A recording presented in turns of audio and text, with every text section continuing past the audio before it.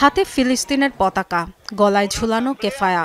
জাতিসংঘের অধিবেশনে শান্তির পক্ষে বড় বড় বুলি কেবল নয়, ফিলিস্তিনের স্বাধীনতার দাবিতে হাজারো বিক্ষোভকারীর সাথে নিউ ইয়র্কের রাজপথে নেমে গেলেন কলম্বিয়ার প্রেসিডেন্ট গুস্তাভো পেত্রো। মেগাফোনে ইসরায়েলের আগ্রাসনের বিরুদ্ধে বুলন্দ আওয়াজ। গাজায় হামলা বন্ধের জোরালো দাবি কেবল নয়, লড়াইয়ে নামতে প্রস্তুত বলেও জানান। প্রস্তাব দেন জাতিসংঘের নেতৃত্বে বৈশ্বিক সশস্ত্র বাহিনী গঠনের, যা যুক্তরাষ্ট্রের বহরের চেয়েও বড় হবে।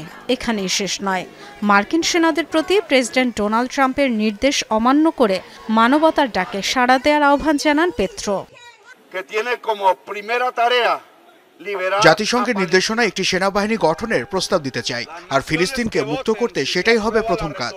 আন্তর্জাতিক ন্যায় বিচারের লক্ষ্যে নিজেদের প্রশিক্ষিত সেনা পাঠাবে দেশগুলো। এটি যুক্তরাষ্ট্রের সেনাবাহিনীর চেয়েও বড় হতে হবে।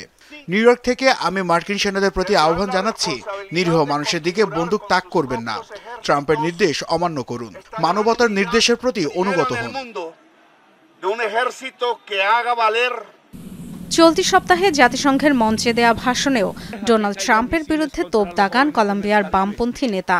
নিজ দেশের আলোচিত M19 গেরিলা গ্রুপের সাবেক এই সদস্য বলেন, যুক্তরাষ্ট্রকে বর্বরতায় নেতৃত্ব দিচ্ছেন ট্রাম্প। এক্স হ্যান্ডেলেও ফিলিস্তিনিদের স্বাধীনতার দাবিতে একের পর এক পোস্ট দিয়ে যাচ্ছেন পেত্রো। ক্যাপশনে লিখেছেন, গাজার পতন হলে পতন হবে মানবতার। জাতিসংঘের অধিবেশনে যোগ দিতে গিয়ে কলম্বিয়ার প্রেসিডেন্টের একের পর এক এমন আচরণে চরম ক্ষুব্ধ যুক্তরাষ্ট্র। এবার ব্যবস্থা নিতে দেরি করেনি মার্কিন প্রশাসন। দেশটির পররাষ্ট্র দপ্তরের এক বিবৃতিতে বলা হয়, কলম্বিয়ার প্রেসিডেন্টের বেপরোয়া ও উস্কানিমূলক আচরণের জন্য তার মার্কিন ভিসা প্রত্যাহার করা হবে। Dorothy Tasrin, Jamuna news.